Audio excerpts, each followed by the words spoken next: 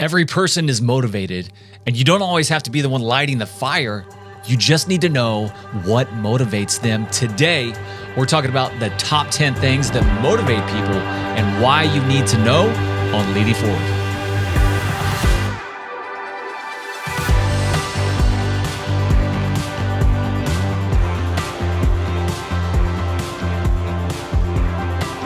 All right, Jeremy, here we are looking at key motivators, and we would know these about ourselves, right? And hopefully you're at the point of your leadership that you know what motivates you. And I think we're going to get into some of our own motivators for today's episode. Thank you so much for joining us today on Leading Forward. If you have not already done so, please like, subscribe, follow us on all the different platforms. Yes. And so we're so grateful for you. Here's what I would also ask. Make sure that you follow us on social media. We're putting out additional content. Make sure that you put comments on there, ask questions. That's we fun. wanted to be able to interact with you. Yeah. Questions. I want questions. Yeah. You know? Send us some questions. So we're actually in the process of getting close to wrapping up season 1, and we'll start up season 2 in January. And so if you have some questions that you would like to be part of this show, we would love to hear those. Yeah, that's good. We'll see what we carry into season 2. Absolutely. Have some changes we're thinking about. Absolutely. Okay. It's going to be good. All right. So understanding motivation is so important for leadership. Yeah. You have to know not just your own motivation, but you have to begin to know the people that you lead and what motivates them. It's different. Are they, internally motivated? What's the intrinsic motivation for them and their life? What's the external motivation? And how do we work through these things as leaders? So what's been your experience for this? I think that one industry is different from another. And I'm beginning to see that. You may have, maybe you're in a tech industry or in the creative spaces, and there's generally, it attracts some types where there's motivation in a couple of these 10. And then maybe in other industries of real estate or whatever, and maybe it's a little different. Yeah. So I'm learning, Nick, that the different industries are different. And so as you're coaching different people, it looks very different. And I love it. Absolutely. It's fun. It's a smorgasbord. It's a charcuterie board. Yeah. Okay. That sounds even great. You're hungry, aren't you? Yeah. That just made me hungry right there. And I think part of those differences are their dispersonality type. That's a big thing for me, and just how I lead and how I help teams to be able to communicate. I think it's how God's wired us. And so understanding those things, when you understand someone's disc, you understand some of these motivations, at least as a starting point. Yeah. So let's break down these top 10. Let's start at 10? Number 10. Okay. We'll work our way down to the number 1 thing. Caveat. These are not in any specific order. This is just what I wanted to order them in, because the last one is going to be good. Okay. Now, you did a great job putting this together. All right. So some people are fueled by spotlight. And I think the number 10 is public recognition, celebrating people out loud. How do you decide when public recognition is really appropriate versus when it almost becomes over the top that you're having to celebrate someone? Right. So how do you make that decision? Starting by just recognizing the fact that if you're celebrating as a team, that's a good thing. If you're recognizing in general, and as we continue to talk, we'll get into some of the nuances, but in general, if you're celebrating your team, well done, keep it up. And there may be some times when a big public celebration, it's just not the right thing. It's emotional intelligence. It's being socially aware of who's on your team, what the thing was. For example, and this recently happened, there was an opportunity to bless someone with a vehicle through an amazing partnership that we have. And that was not my celebration to make public.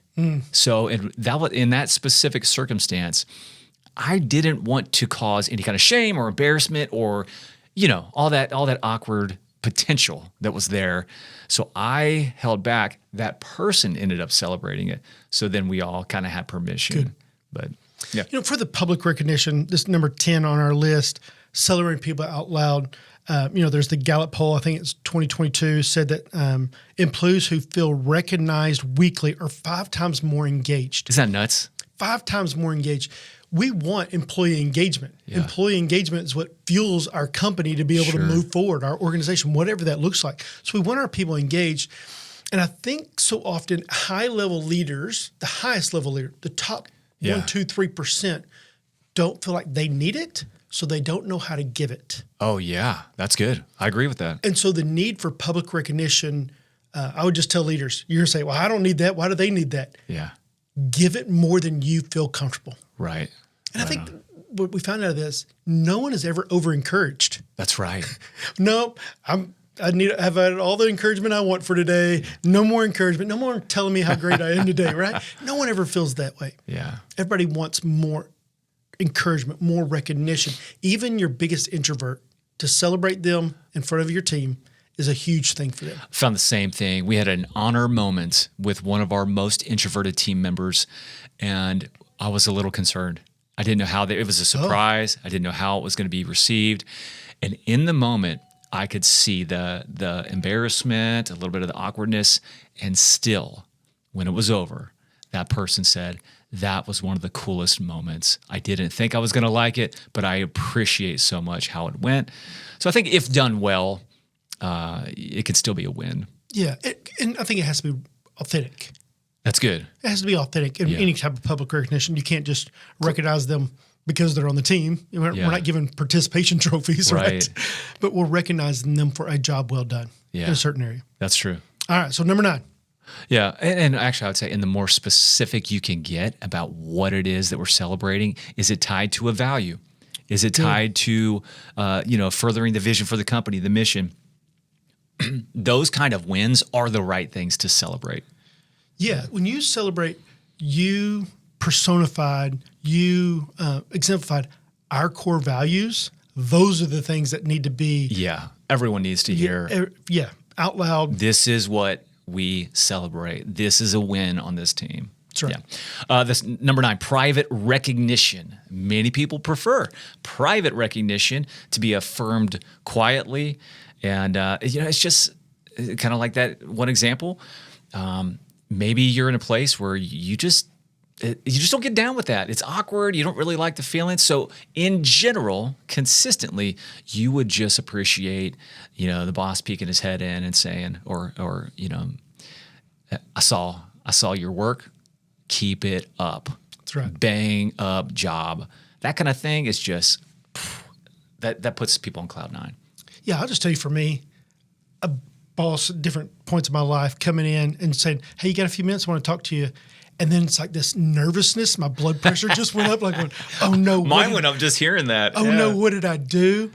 And then just say, you did an amazing job on this. And I don't want to be able to say this in front of everybody. I want to say this to you. That's so special. It's at that point, it's real. So we have to make it real, and we have to make it meaningful. And when that person did to me is they made it meaningful. They said, I want to be able to tell you this eye to eye, not on stage. I want you to be able to hear me say how valuable this was to me personally or to our organization. Okay, so for you, do you have a moment in your life where private recognition meant more to you than a public stage recognition moment? Yeah, I get, I don't know if there's any moment that I get more awkward. Like I feel awkward and I feel like I'm twitching and I don't know what to do when I have public recognition. Okay, good to know. I think it's something I need to learn to grow in and understand. Okay. It's important for any team that I'm a part of to be able to receive that. Part of leadership is being able to receive that honor. That's so true. So true. And a lot of times high-level leaders don't know how to receive honor from other people. I've struggled with this.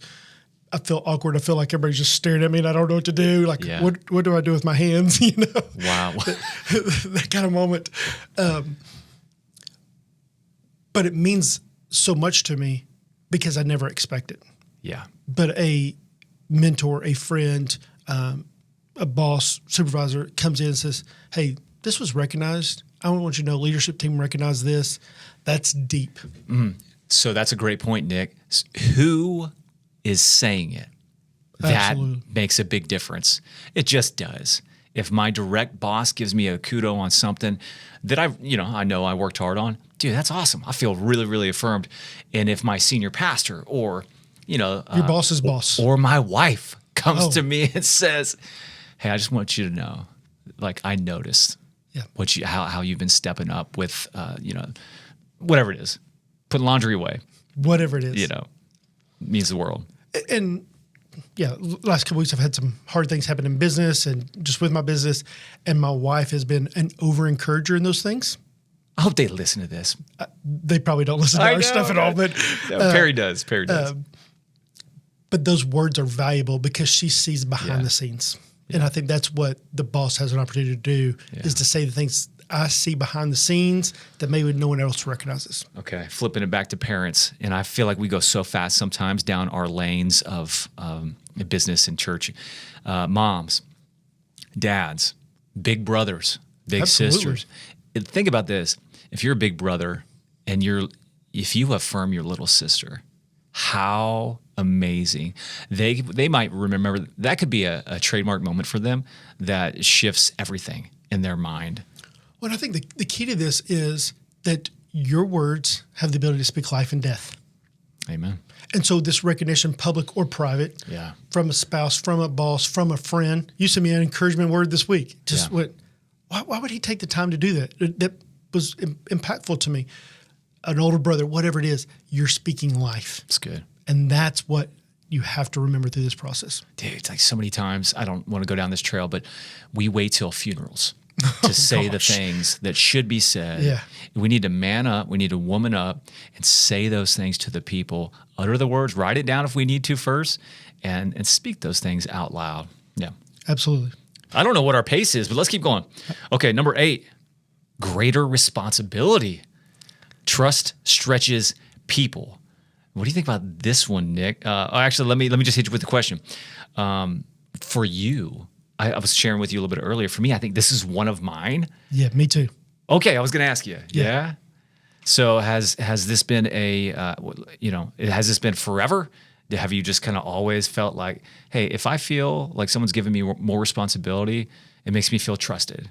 Or how does that make you feel? Yeah, for me, one of my key motivators is loyalty. Right. And I mean, that's deep within me. So my greatest fear is betrayal. And so when you give me responsibility, you're trusting me, you're strengthening our relationship. You're saying, I trust you for bigger, better things. And as a leader, what we have to do through that process is understand a couple of things. First of all, the parable of the talents. Yes. Someone who has done well with what they've been given has an opportunity to do more.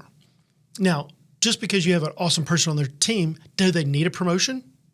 Well, sometimes great worker bees don't need to be team leaders. True. You need to pay them different. We'll get to the whole pay thing here in a minute, but understanding that they're great in their role. So you can trust them with more responsibility without necessarily promoting them. Very good. Yeah. Someone told me one time, you never want to promote somebody out of their sweet spot. That's right. And for those exact reasons. Yeah. We'll elevate someone because they're great at executing, and then they kind of flop. We didn't get them ready, or maybe it's just not their gifting to lead a team. Yeah. And so you're giving them responsibility. And sometimes that responsibility comes with just the opportunity to sink or swim. Yeah. That's good. But I'm going to give you a chance. Go for it. Mm-hmm. You want to move up. You want the opportunity. You want to be a big fish. Here's your chance. Go for it. Do you think that's generally healthy? A good thing? In the right setting, in a healthy culture. Ooh, okay. In a healthy culture, that's a healthy thing. Yeah. In an unhealthy culture, it goes, I'm setting you up to fail. And there's a difference in that. And I think we want to talk about that a little bit more under some autonomy and being able to work with purpose and helping people grow. That's good. But yeah, in a healthy culture, it's a healthy opportunity. Yes. In an unhealthy, it goes, you're setting me up. Right.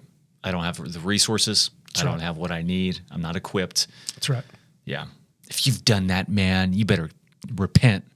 Get better, man. Get better. Absolutely. I've probably done that. I don't know. All right. Number 7, financial reward. Money isn't evil. It's energy. It's just a thing. I like that. It's energy.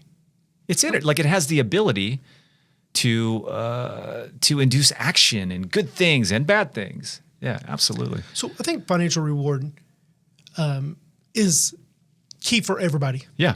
It just is a way to be able to show you deserve this raise, you deserve this pay rate because you bring this value. I talked to you about this a couple weeks ago, and you were talking about coaching this client. Yeah. Right? And you're going to coach some other pastors. And you said, I think I'm just going to do it for free. Mm-hmm. I said, Jeremy, you're valuable. Yeah. understand your value. And so we have to understand the value of our team and Right. pay them accordingly. It's good. Our team should not be the poorest people Yeah. in the community. Yeah. I think that's great. And everybody's in different positions with where they are. If it's a startup, if you're relaunching, Sure. there's a life cycle for a business. There's a life cycle for a church. So it depends on where you are. And if you're consistently underpaying your people, a couple of different things are happening. And I think people probably know this, but you probably have a big back door. You have Absolutely. a high attrition rate, and then you're spending more money, time, energy, refilling those spots. Yes. I'm hiring Man 3 hours. positions right now, and it's like 3/4 of my week, and it's like, Yeah, man, you start adding up how many of your man hours have you spent to hire someone? That's How right. many of your team's man hours? Those things add up quick. they do. Right? And so then you're going, well, how much did we just spend in this hiring process? So I think the financial reward has to increase in the market, knowing the Yeah. replacement value, understanding that what it takes to replace that person is significant. It's good. You're going, well, we can't afford to pay them 10% more, or a 10% raise next year. But what's it going to cost? Is it going to cost 10% more to get someone Right. less effective, less of a teammate, an unknown? And this includes benefits too. I think this is an overlooked area. Sure. The perks and benefits. If you're on a board, or if you're on a team where you have a hand in that, key in on that. Look at that. I bet if you really look into it, the benefits of your people are less. The retirement accounts might be less than you are aware. It might be pretty sobering. So it's probably a good point to look at that if you're in that position. Yeah, and I think you mentioned it to me a while back that you heard from Steve Stroop talking about what percentage those should be of your staff and of your company. You need to do the research. That's good. For your team, for your organization to go, what is the market value of this? And pay someone their value. That's right. There's corporations that do that research for you. Get a study every couple of years, figure out what's what, and figure out where you need to be. I will say that this is probably the most common one. Hey, you got a problem? Throw money at it. Is something going good? Throw money at it. Not everyone's in that position, but generally, this is the one that we think about. Hey, how can we, incentivize them? And I love the language that you used earlier. You said external and internal, or intrinsic, because external motivators, this is an example, and they're not bad. A lot of them are really, really good. And they have a short shelf life. You're going to, it's like getting 10 minutes of a charge on your phone. If you have internal motivators, which we all do, and that's sort of the point of kind of where we're driving this. We all have things that it's not like you either have a motivated team member or an unmotivated team member. We are all motivated. If they aren't performing, you probably just haven't cracked the code on what it is that motivates them. Yeah, quick story on the financial. Please. Financial reward. Okay, not just as a motivator, but what it says about your company, what it says about you as a leader, what it says about your culture. Working with this company, and over the last year and a half, they've just to make this decision. We are going to lead forward with Christ. We are going to have a different culture within our team. What the people, our customers come in and see, what our team and our culture experience. They had a guy that was had cancer. He was working 1-2 days a week, 1 or 2 days every other week for 7 months before he passed away. They paid him his full salary that entire time. Come on. Because they said, this is who we are. Yeah. This is what we're going to do. So everyone in the team, everyone in the entire company understood how they take care of their people financially without just giving a financial bonus. Man, love that so much. I want to know offline what that company was. But do you have anything else on this one, on 7? So, all right. So for the financial, I've heard this line before. I've actually used this line before. It just whatever. Yeah. Okay. I'm humble enough to know I can be replaced. Uh-huh. I'm arrogant to know it will take at least 3 people to replace me. Okay. No, hey, I get it. And so if you have rock star team members, pay them accordingly. Yeah. Can I use that? Yeah, I'm humble enough to know I can be replaced. I'm arrogant enough to know it will take 3 people to replace me. That's good, man. Okay, the 6 is autonomy. Autonomy. Freedom fuels ownership. What does this mean? It means that if you've got to create some space in the sandbox for these kids to throw some sand. Everybody needs a little bit more space. Some needs, more than others. But if you're saying, hey, the walls of your jurisdiction are right here, and for you to put a hand outside or toss sand outside, you're going to need a report and file this paper. It comes sucks the life out of people, doesn't it? Yeah. It not only just sucks the life out of them, it says we only have one purpose for you. And if you move out of your spot, we don't value you. Yeah. You don't have monsters. You have minions. That's right. Ooh, I like that. Ooh, that's a good one. That one just flew out, Nick. Ooh, I love when those nuggets come out. I think the more important thing to see on this is this autonomy, especially if you have people on your team who have an entrepreneur spirit. Yes. That can be in business. That can be in the church. It can be in any realm. There are people who have an entrepreneur spirit and a managerial spirit. So if you have people who are just always coming up with new ideas, you got to give them opportunity. That's right. So what does it mean to give them autonomy? Well, we use this buzzword a lot. You have to empower your team. Yeah. But what the heck does that mean? What does it mean to empower your team? And so here's what I wrote about it. This is giving them the knowledge, the information, the skills, the know-how, and the resources to succeed without fear of failure. Let me say that again. This is giving them the knowledge, the skills, and the resources to succeed without fear of failure. It means go swing for the fences. We're going to give you everything you can on this project. Yeah. Go knock it out of the park. If you fail, it's all right. We got your back. Yeah. We're in it together. That's good. Be ready for that. Plan for that. Plan a contingency for that. Especially if you're a newer team leader, maybe kind of direct this toward those who are hungry and maybe you're in a supervising role now. I think this is a good one for them. Yes. Don't you think? Yeah. Absolutely. And Don't be afraid. The autonomy opportunity is equal to their current leadership set. Yeah, that's good. And so as they grow in their leadership, give them more autonomy. Right. There's only one way to know if you can trust someone. You got to give them the opportunity. Trust them. Yeah. Trust them and see how it goes. Coach on the back end. I feel like there was something else I was going to hit on this. I want to ask you, have you seen this? Have you seen someone who was a C player and then they were given the reins or a chance? They were given a shot. Maybe it was you. And then they were like, dude, this lady's an A.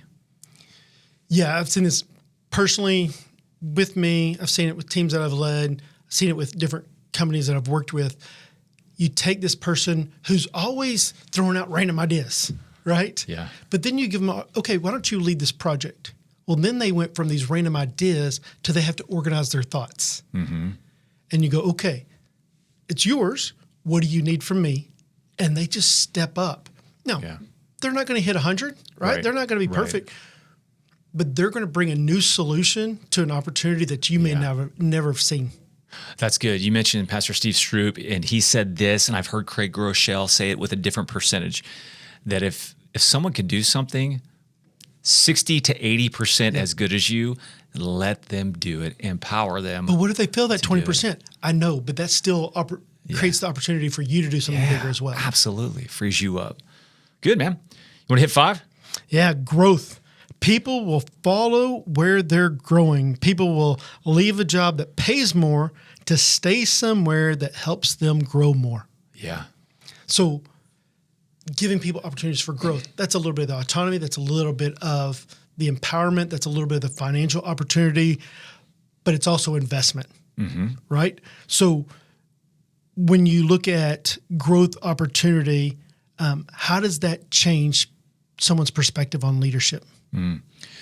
If you are in a fixed mindset organization, if you are, it's probably not the entire organization. I'll say that. You're probably in a sector of the organization where you don't have visibility on some of these decisions and things that are being explored.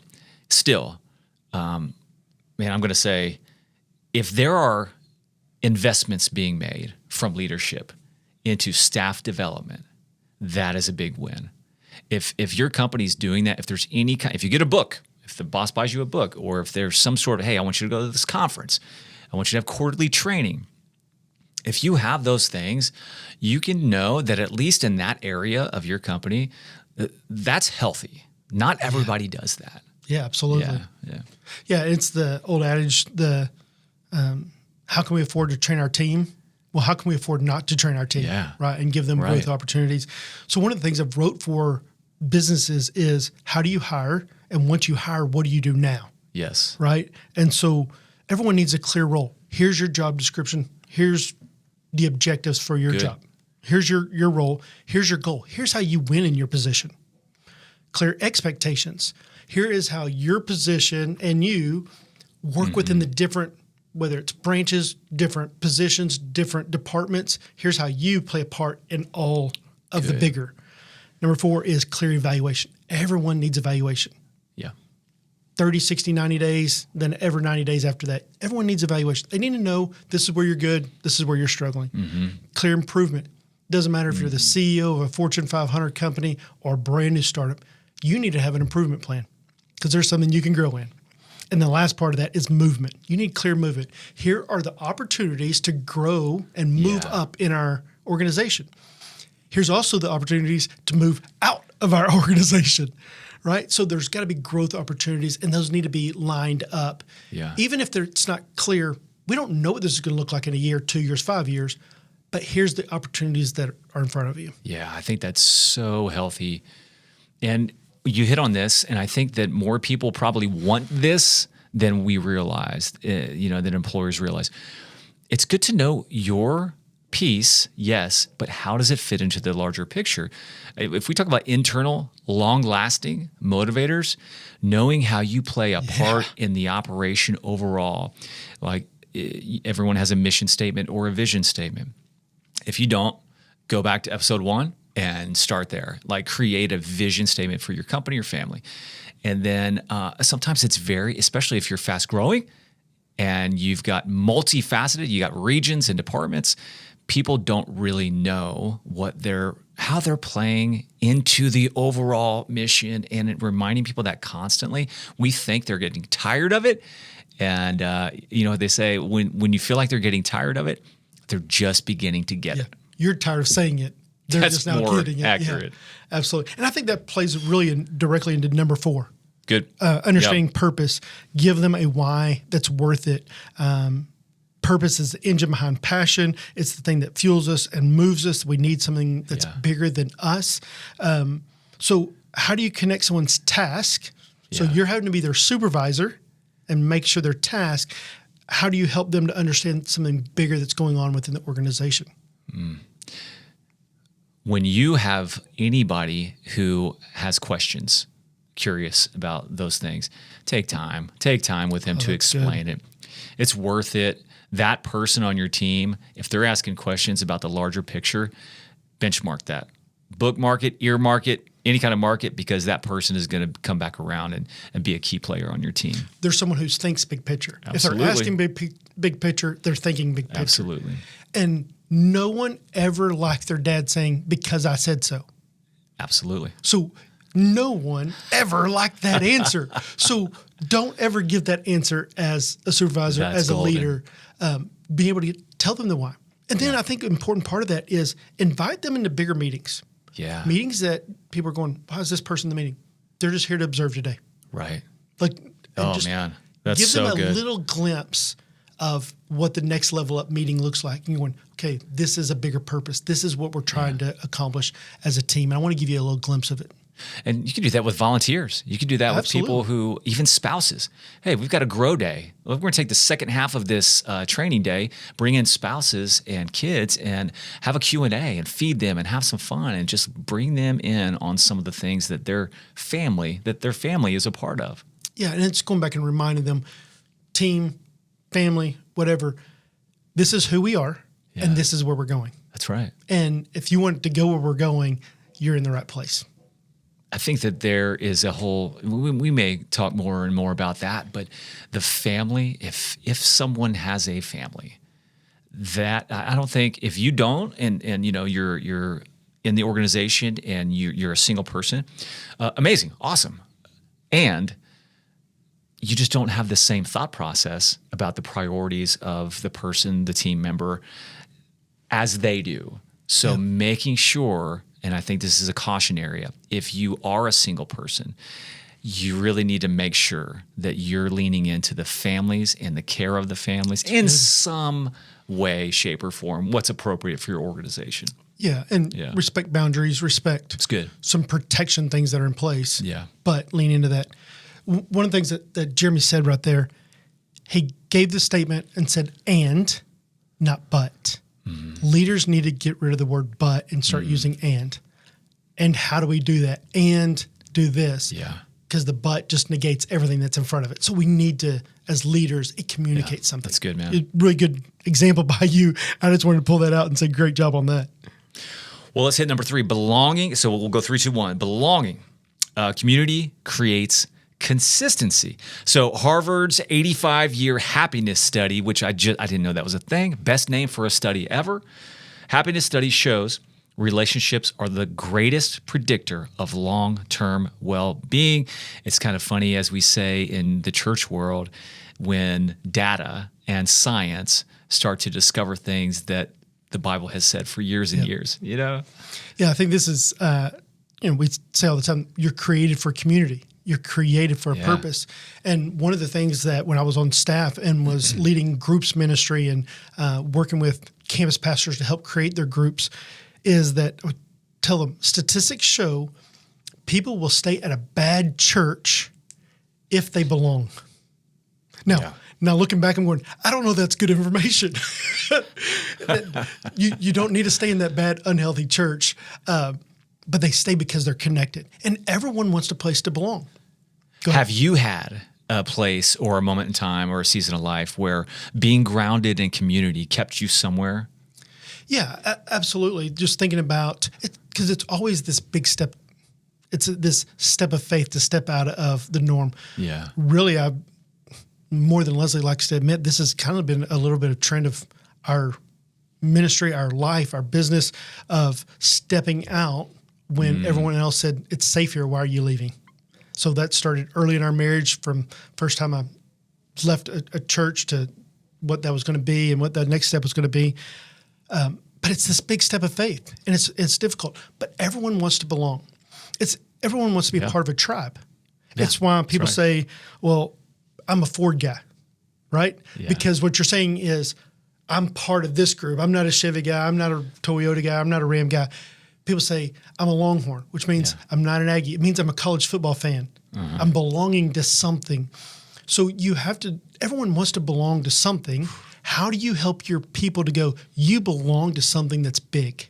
You belong to something that's bigger than just you. You know who's really good at this? Gangs.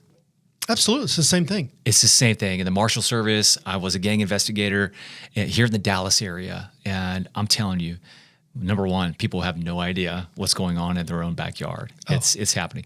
And that's a whole different episode. There is, especially with youth, and these are 14 to 19-year-olds, early 20s. But the leaders are early 20s. But most gang members are 14 and 19 years old in the DFW area.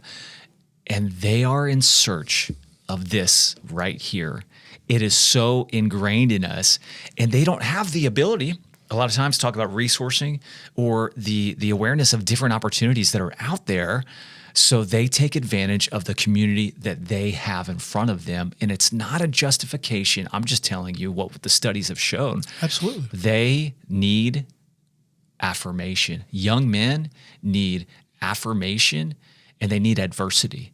And unfortunately, gangs offer both. Yeah, absolutely. Yeah. I think even today in our political world, people want to say, I'm part of this tribe. I'm part of this group. I'm anti this. Yeah.